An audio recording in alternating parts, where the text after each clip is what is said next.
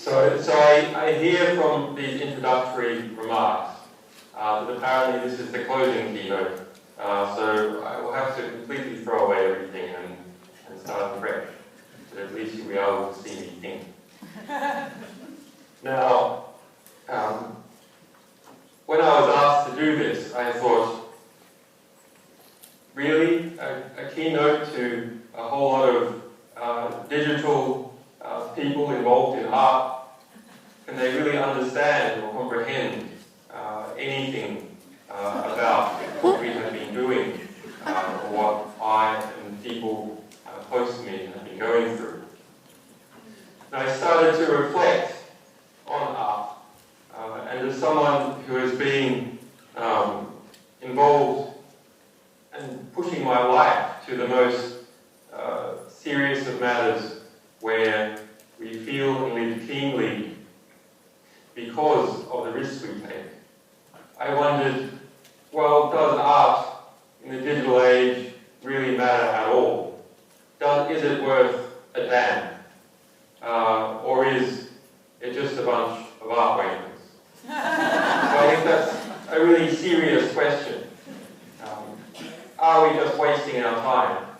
And we must ask this of ourselves every day, because every day that we do not live up to our principles is a wasted day. Every day that we do not strengthen our character by living out our principles is a wasted day. So are there principles involved in digital art? Are there any at all? Well, I have some people close to us involved, and actually you can see this logo comes from some of these people.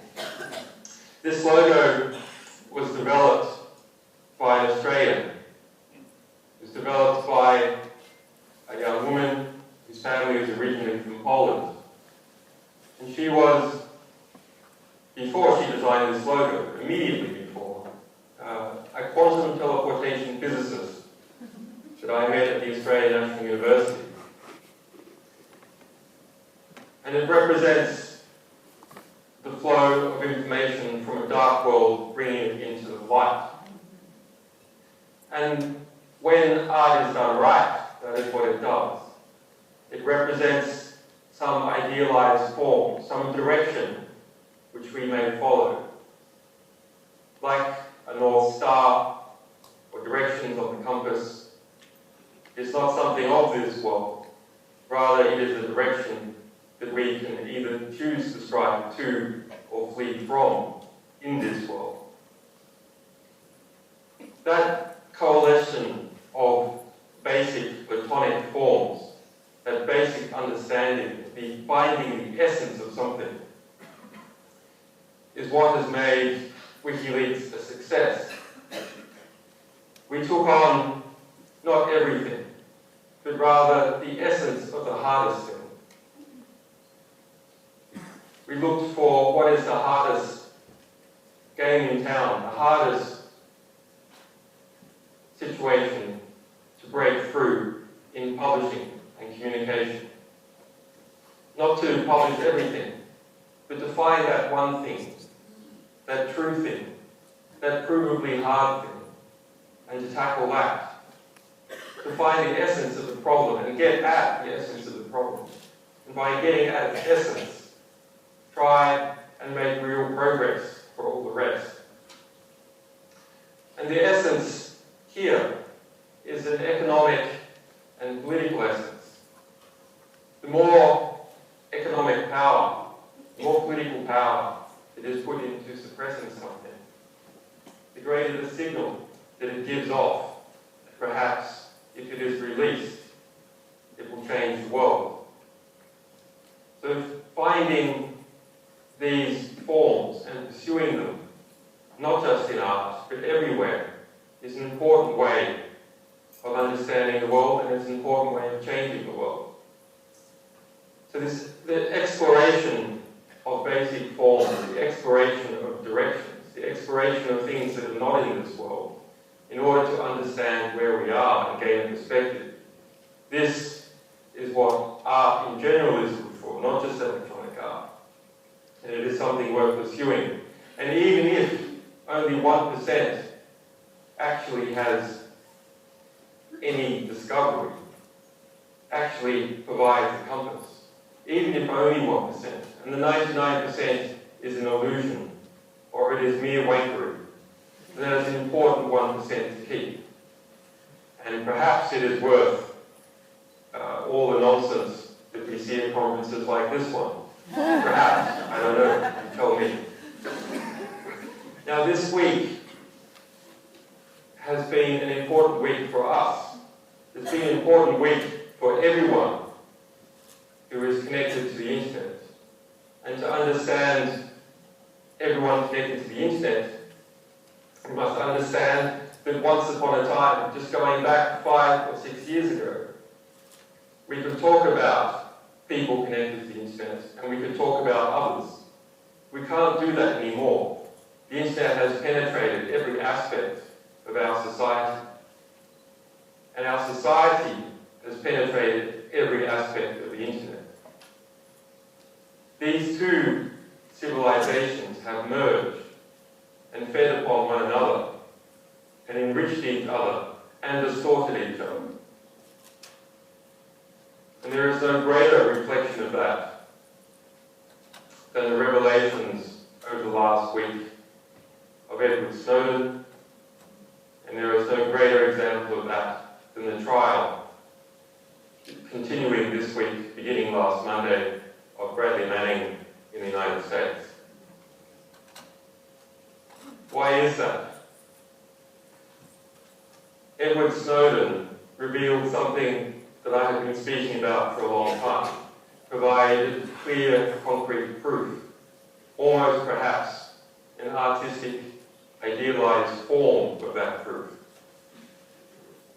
That as the internet has penetrated every aspect of the society, riding on with it is mass surveillance. Mass surveillance by the National Security Agency of the United States, working in cooperation with its partners and other countries trying to do the same thing, although not nearly as effectively.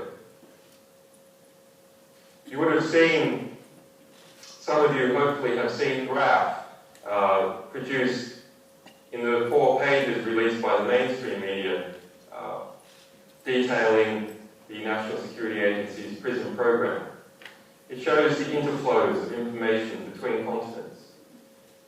And that is how people in this game look at it. Just like oil pipelines, connecting the raw energy supplies of entire continents. We now have a new source of wealth, a new war front, a new great game for the bulk flows of information that connect humanity together, to grab onto them, to surround them like armies surround oil wells or customs agents surround goods crossing the border. That graph shows, for example, that 99% of communications flows from Latin America flow out through the United States to get to Australia, to get to Asia, to get to Europe. And as they pass through the United States, they're intercepted, indexed, stored by the National Security Agency. Similarly, it shows that when Australians communicate to Latin America and they communicate to Europe, their communications flow through bulk interception points of the National Security Agency. There has been a change that has occurred under Obama. Let's go back to Bush. Some of these revelations about the bulk collection of telecommunications call records within the United States from Verizon and AT&T came out in 2006 and came out under the Bush government. What happened there? Well, there was an executive order given. That executive order pushed those companies to comply, promised them immunity. Bush corrupted the presidency, corrupted the constitution, corrupted a few big telecommunications companies in the United States. But we have seen a transition under Obama. Obama promised more transparency. He promised many things. Those people who were watching closely how he appointed his security advisors understood well before he was elected that those promises would not be fulfilled. What Obama has done is similar to what most good Democrats do. They do it well on paper, but corrupt the system. While Bush corrupted the presidency and a few telecommunications companies, Obama, in order to do things properly, in order to do things on paper, not only corrupted the presidency, he corrupted the courts. He corrupted the FISA court, which issued secret orders. He corrupted the Senate oversight committees that oversee the intelligence agencies and oversee the FISA court. He corrupted political opposition in the media. And we've seen the New York Times, an essentially democratic institution, sit on these stories, including stories of our own. There's a reason Edward Snowden did not go to the New York Times, and he said so explicitly. Because they suppressed stories. They suppressed, in fact, this story going back to 2006 about the National Security Agency whistleblower revelations then. So Obama then, once finished with corrupting the mechanisms of government, moved on to apply leverage to corrupt all the big US tech companies. Google, Facebook, Skype, Microsoft, all of them sucked in to this new regime. Now, we might think that the internet is a place where we are all equals and we all communicate, and it is a new civilian world, a new world where we can develop our ideas and understandings of how planet Earth actually works, where in some sense we are all equal because we can all communicate to everyone. They may not want to listen, but at least if they do, we can send it to anyone. But it is not an equal place. This week's revelations have proven it is very far from an equal place and is very far from a civilian place. The internet has been transformed into a militarily occupied state, when all of our private communications, heartfelt, the inner core of our life, communications between boyfriends and girlfriends, between husbands and wives, sons and daughters, between business partners, even between bureaucracies and states, when all of those communications are swept up, hoovered up into a vast collection apparatus, indexed and stored for all time, available only to a select few, then we're in a situation where we have a tank on the street of the inner core of our lives, where we have a soldier under our bed, listening to everything that a husband and wife says to each other when they're communicating on email or SMS. The penetration of the digital of civilian life is also the penetration of the military and intelligence agencies of civilian life. Now, I want to go back and look at what I wrote in this book, Cypherpunks, back in October 2012. And the reason I don't hold it up for long, because it is available in almost every country but Australia, even available in London, of all places. I wrote then, the world is not sliding, but galloping into a new transnational dystopia. This development has not been properly recognized outside of national security circles. It has been hidden by secrecy, by complexity, and by scale. The internet, our greatest tool of emancipation, has been transformed into the most dangerous facilitator of totalitarianism that we have ever seen. The internet has become a threat to human civilization. These transformations have come about silently because those who know what is going on in the global surveillance industry have no incentives to speak out. Left to its own trajectory, in some years, global civilization will be a postmodern surveillance dystopia from which escape for all but the most skilled individuals will be impossible. In fact, we may already be there. And I go on to call for action.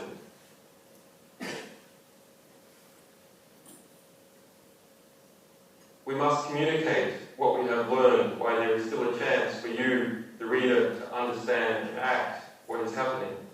It is time to take up the arms of our new world, the internet, and I will explain what those arms are. To fight for ourselves and for those we love. Our task is to secure self-determination where we can, to hold back the coming dystopia where we cannot, and if all else fails, to accelerate its destruction.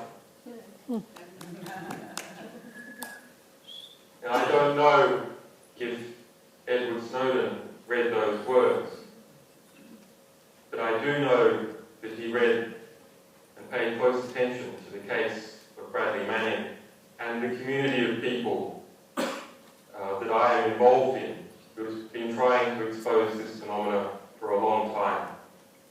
What Snowden provided was, going back to our description of art, an idealized proof. He provided a direction where he provided a clear direction so that we can understand where we are now.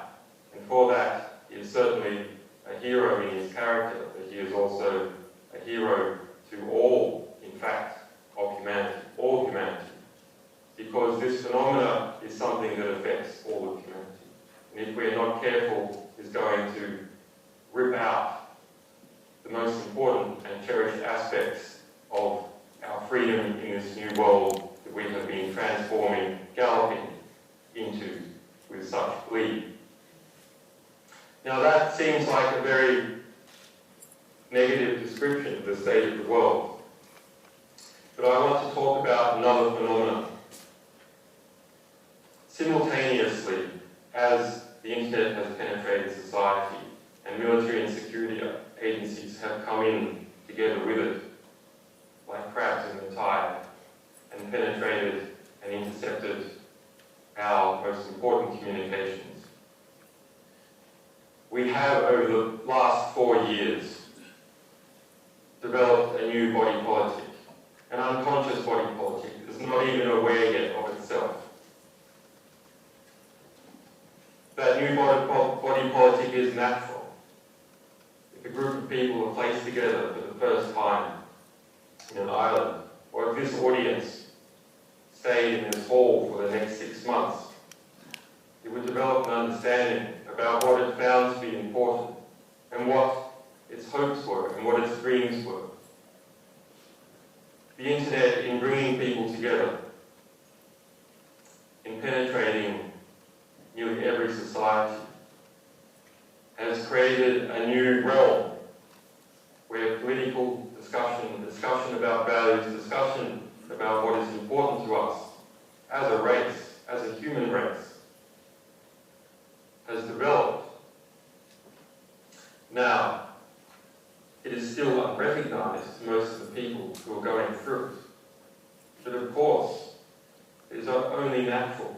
There cannot be anything else. When we put people together and we have them communicate, they develop certain values and understandings.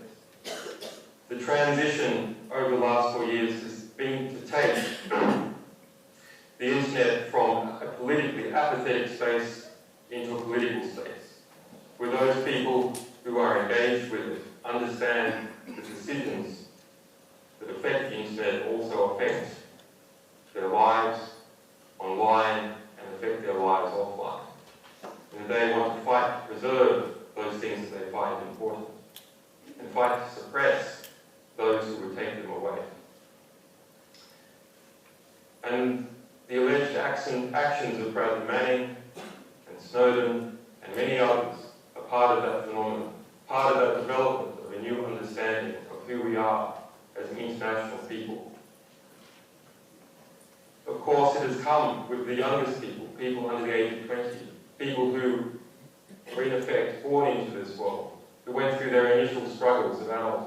this world, who are educated by this world, who are educated by our beliefs, by what we have seen, and by this mass political education, the undreamt of political education in human history.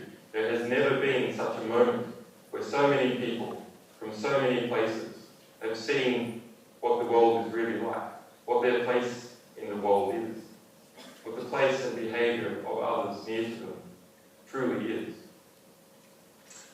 From that, there has been a distillation of values. Now, it is only beginning, and they are still hard to see, and most people involved still can't see them.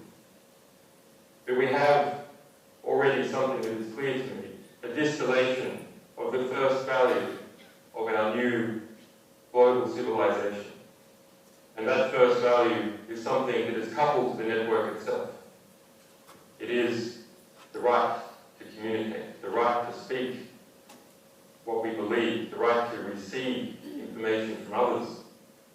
It is those rights which are associated with United Nations Article 19, the right to receive and impart information in any medium across frontiers. Of course, that is the first right that comes out, because it is inherent in the interaction. And when we see proper polls, an open poll for any organisation or individual who best reflects the values of this new world, who do we see winning? In 2012, the Open Human Rights Award that anyone could vote for California. Who was it won by? Was it won by some princess? Was it won by the head of Amnesty? No, it was won by Bradley Manning, because he symbolises the values of this new world. In 2013, it was conducted again. We won it in 2013. I won it in 2013 as a symbol that my struggle is a symbol for the values that are important in this new world. The 2012 Guardian Person of the Year, who won it with 70% majority. Was it Pussy Riot in Russia, who were also on the poll? No. They received 2.3% of the vote.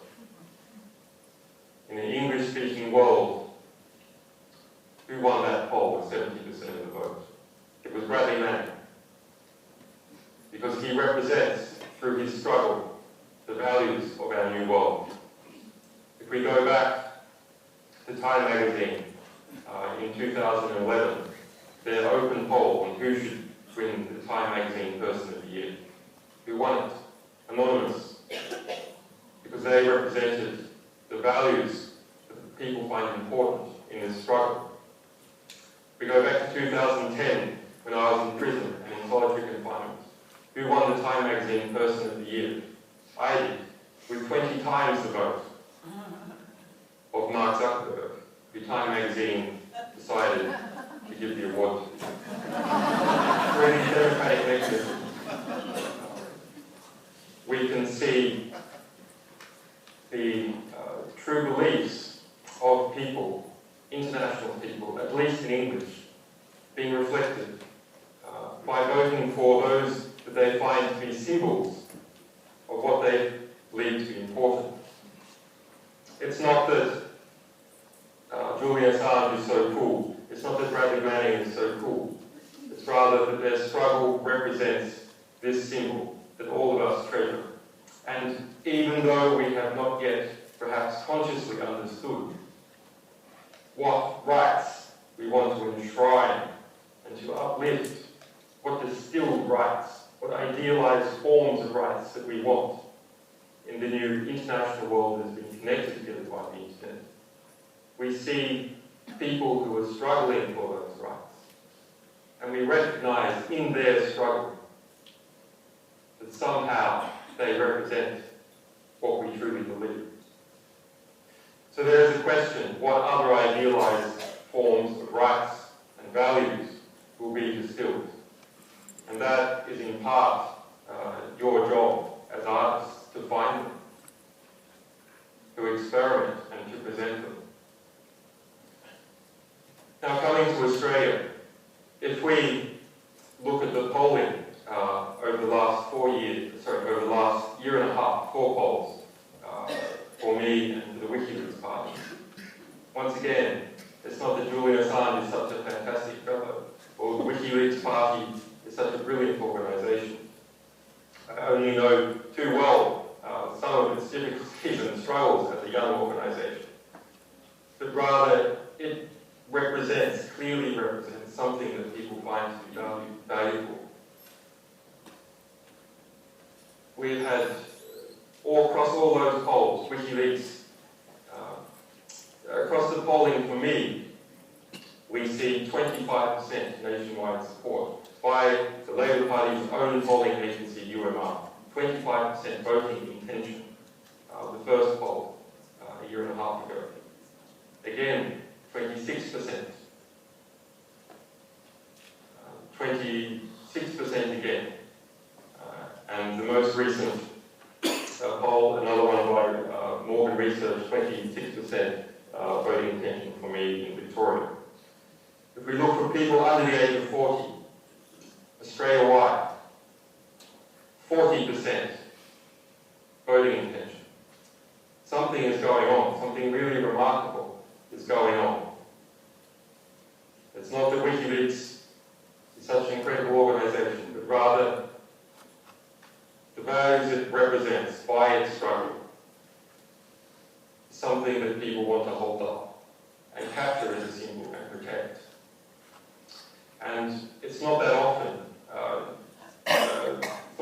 you're in the luxurious position of seeing an organisation or a person really fight for their values. And our struggle has shown that we won't be cowed, that we really believe in this stuff. If we didn't believe in it, we would have walked a long time ago in fear or taken a bribe, etc. Now, other people may equally have just as strong values, but they haven't been through the conflict that has proven their values in this way. And that's an important thing. Now, going back to the mass interception that is occurring, how can we struggle against this? Well, one way, yes, there are technical steps such as cryptography. The other is to understand the power of this new body politic that has developed internationally in English and in other languages and domestically in Australia, to harness this new body politic. We always talk about the internet being the one thing that can smash through the manufacture of consent, the historical manufacture of consent by corrupt media organisations. And it's true. The internet has largely provided a mechanism to get around the worst of this manufacturing of consent. But when we see the mandate, the democratic mandate coming out of these polls, we can understand there's another way to get change, to erect these values as part of a measured mandate. That's what elections are about when they work well. It's to measure what people really want, what the majority of people want, what values they find to be important, and then to instill those values in an individual or a group of individuals who people are confident will represent them. Let's understand how this surveillance system that Snowden has most forcefully exposed this week is represented in Australia. Philip Dorling in the Sydney Morning Herald, a fine national security journalist, has revealed that there's extensive interference. And for those people who have been following the spy agencies like me for 20 years, it's no surprise at all that the Defence Signals Directorate, DSD in Australia, is part of the system, it's part of the collection system. But, and we see that some of the documents themselves that Snowden has released show that GCHQ, the sister organisation of the National Security Agency, and the DSD entered into the prison program back in 2011. The Anglophone Alliance of Security Organisations is being knitted together in a tighter and tighter now. Now, if Australia had a population of 200 million. Perhaps in some ways that could be acceptable, although there is still a risk of what William Binney, National Security Agency scientist, calls turnkey totalitarianism, where you build all the structure for totalitarianism, just like similar structures erected under the sun. We have built it now. All it requires is a bad government, and arguably looking at the extrajudicial assassination programs in the United States, perhaps we're working at that. We have already built this structure, and it just requires turning the key. Now, in Australia, we have less than a tenth of the population of the United States. Australia is being turned into US aircraft carrier in the Pacific. It's being turned into a giant signal interception station. Australia needs a strong defence. Every country needs a strong defence if it is to keep its sovereignty, if it is to keep its own self-determination and not have it imposed by others. But even Malcolm Fraser now says that effectively that Australia has been overrun by US interests. And that works at a practical level. It works by cross-training programs where key members of the Australian military and key members of the Australian Defence Signals Directorate and others are sucked into the system, flown off to the US, get the permanent control. It works at a higher level with individuals like Bob Carr and Mark Adib sucked into the US embassy system back in the 70s, lifted up in various ways, given information about how to pursue their careers. Mark Adib, formerly member of Cabinet in Australian Labor Cabinet, one of the primary power brokers that put Gillard in place in the coup against Rudd, described in the cables released by WikiLeaks as a long-time source to the US Embassy. A source, in fact, they describe throughout his political rise. Australia is the easiest place in the world for US intelligence agencies to work. We have less than one-tenth of the population of the United States, and we are the easiest country in the world to work. Why? Because we speak English, because our structures are basically the same as the United States. We're a younger country, and so the hidden class structure is not so hidden as it is, for example, here in the United Kingdom. Australia was referred to back in the 1960s by the KGB as a place you go for R&R, similarly from the CIA. The penetration of the Australian Union movement by successive so-called labour attachés working out of the US Embassy is something that has been happening in the 60s. That's why you see Foreign Minister Bob Carr even admit to meeting in his 20s alone, as he was working for the unions with the US Embassy at least 3 times. What does a New South Wales union man have to do with the United States Embassy? Similar figures have been corrupted in Australian politics, and the majority from the Australian Labor Party, like Bob Hawke.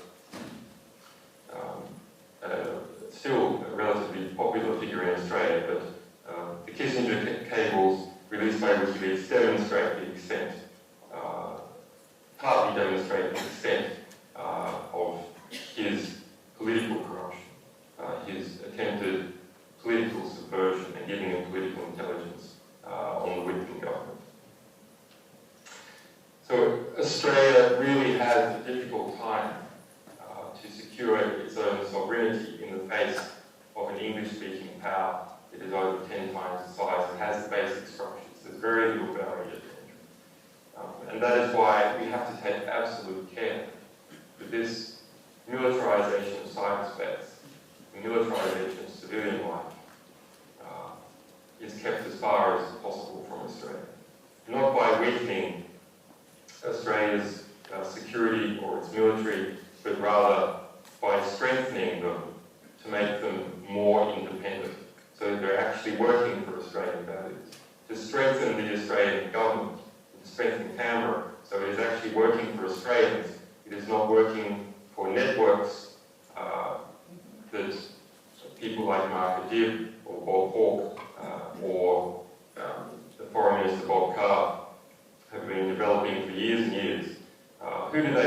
represent when they get into Canberra, really? Of course, they represent their networks. They represent the US Embassy.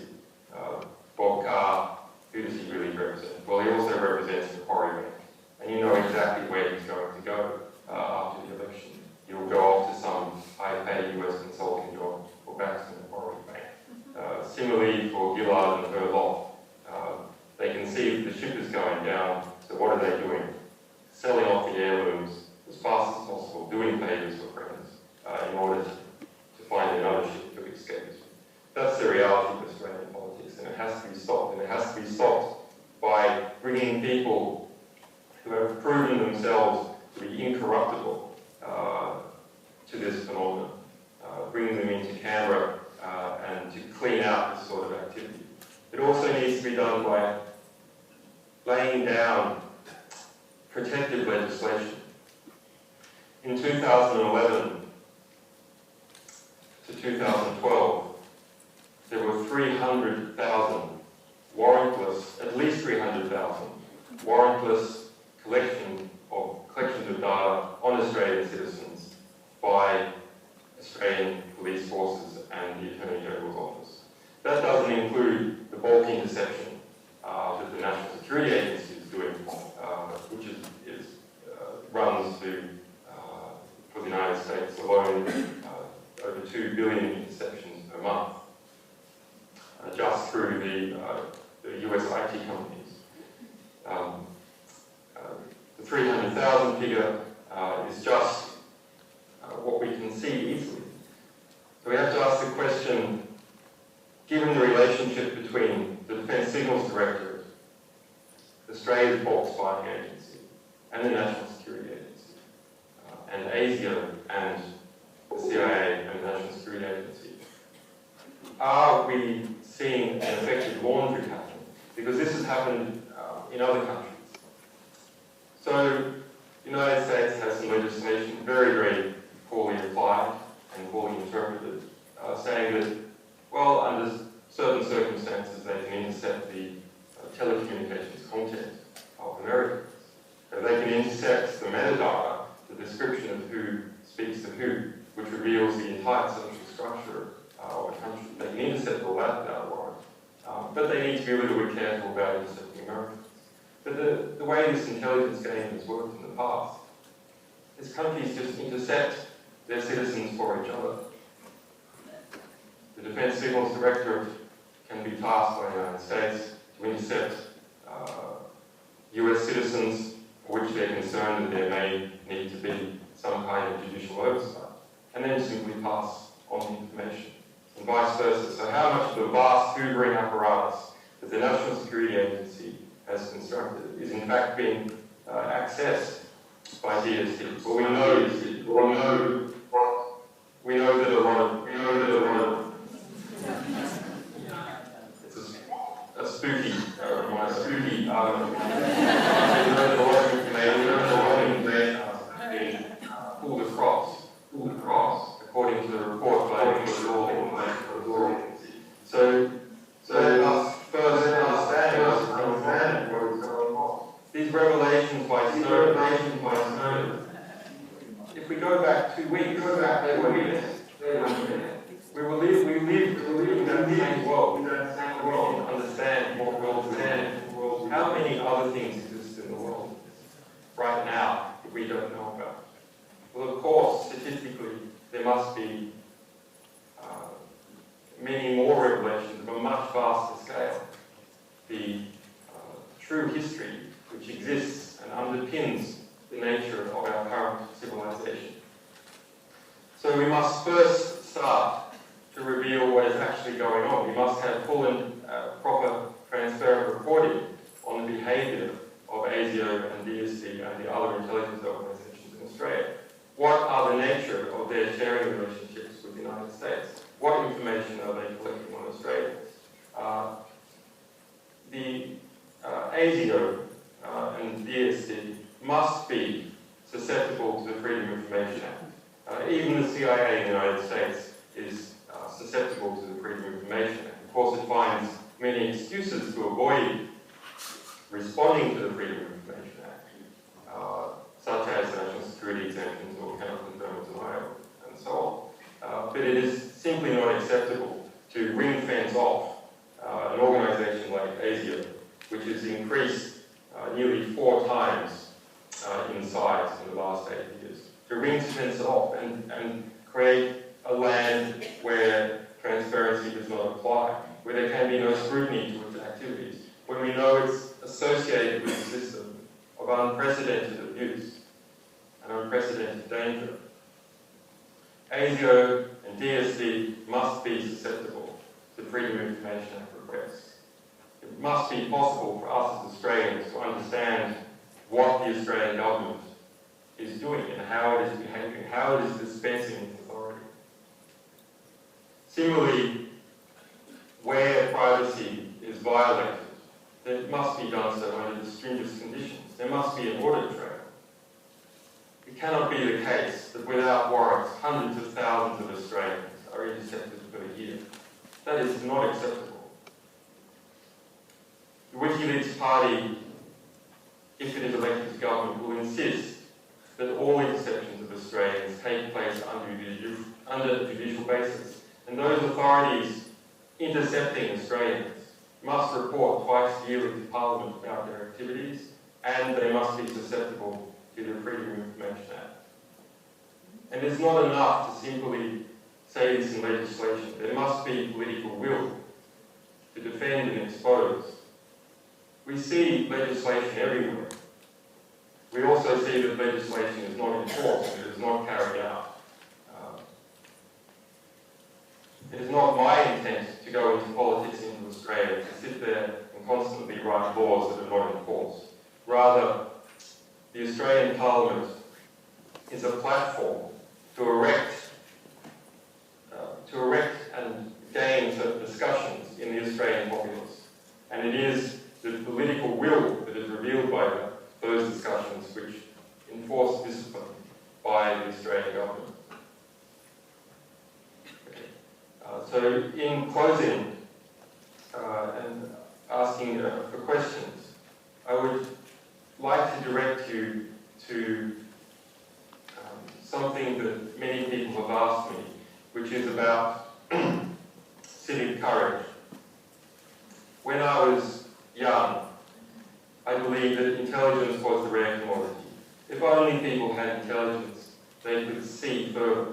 And having seen further, they could understand. And everything else would come out from that.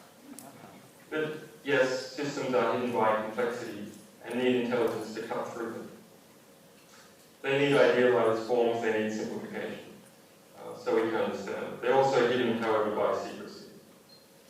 And no amount of intelligence alone will cut through secrecy. What is needed to cut through secrecy is some form of civic courage. And men like Mr. Snowden have shown that extreme degree of civic courage. But when you think about Mr. Snowden and you say, I couldn't possibly do that, how could I do that? I wouldn't even know where to begin to do that. I don't know that I could achieve anything important, and the risks seem profound. I have children that need to be protected. I have students that I need to care for. How could I simply leap off a bridge